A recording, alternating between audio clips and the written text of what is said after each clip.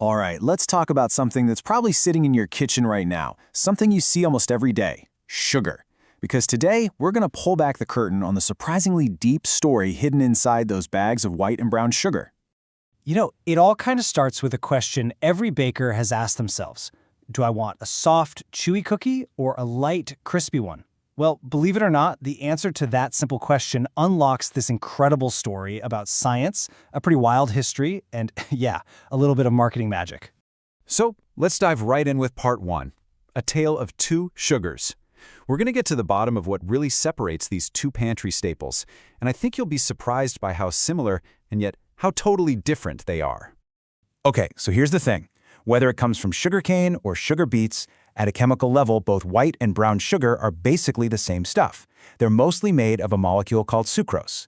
The entire difference, everything we taste, see, and feel, it all comes down to one single powerful ingredient that gets taken out or, as we're about to find out, added back in.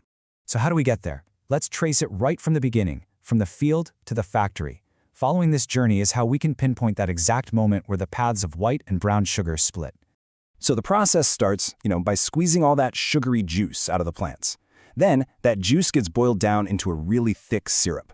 And then it's put into a centrifuge, which is just a machine that spins like crazy, to separate the pure sugar crystals from all that syrup. What you're left with are raw sugar crystals that have this natural brown coating on them. And that brown syrup, it has a name, molasses. This is the key. This is the whole secret. It's a totally natural part of making sugar, and it's packed with all the color and flavor that gets stripped away to make white sugar. You're going to want to remember that word, molasses. It's kind of the hero of our story. But here's the thing. The reason we prefer white sugar wasn't just about taste. This is where our story takes a historical turn, because the big push for purity was all tangled up with industry, power, and what people thought was clean. Way back in the 1700s, brown sugar was just normal sugar. It was cheap, it was common. But then, in the 1800s, all these new inventions came along, like the vacuum pan and the evaporator. Suddenly, it became way easier and way more profitable for huge refineries to make pure white sugar, and that just changed the entire game. But it wasn't just about new tech. This is where it gets kind of wild. To crush their smaller competition, the big industrial sugar companies launched a smear campaign. They actually sent out photos taken through a microscope of this harmless little creature they called the sugar mite, and they claimed it was infesting raw brown sugar. They basically branded it as dirty. And it worked. It completely changed how people saw brown sugar for generations.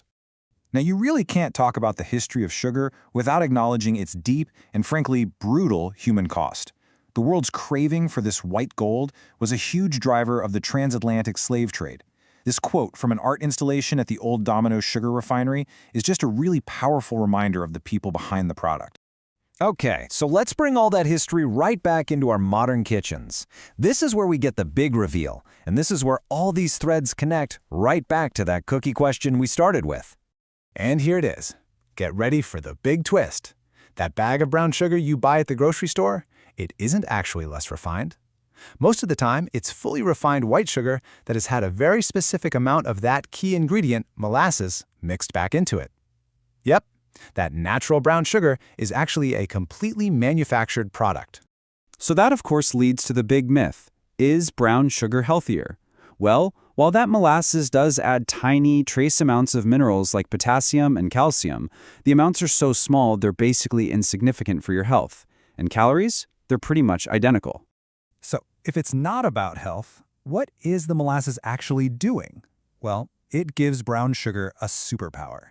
It's called being hygroscopic. It's a fancy word, but all it really means is that it's a moisture magnet. It absolutely loves to attract and hold on to water. And how much of a difference does that really make? Well, for every single tablespoon of brown sugar you use in a recipe, you're adding about 2.5 extra grams of water compared to using white sugar. Now, that might not sound like a lot, but in the world of baking, it changes everything.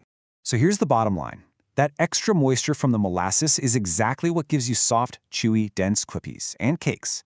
The dryness of white sugar, on the other hand, lets you trap more air when you're mixing, and that leads to those lighter, crispier, airier results. So, chewy or crispy? The secret was molasses all along. So where does sugar go from here? For our last section, let's take a quick look at how what we want as consumers, plus new technology, is really shaping the future of sweetness itself. With everyone being more health conscious, the market for sugar alternatives is just booming.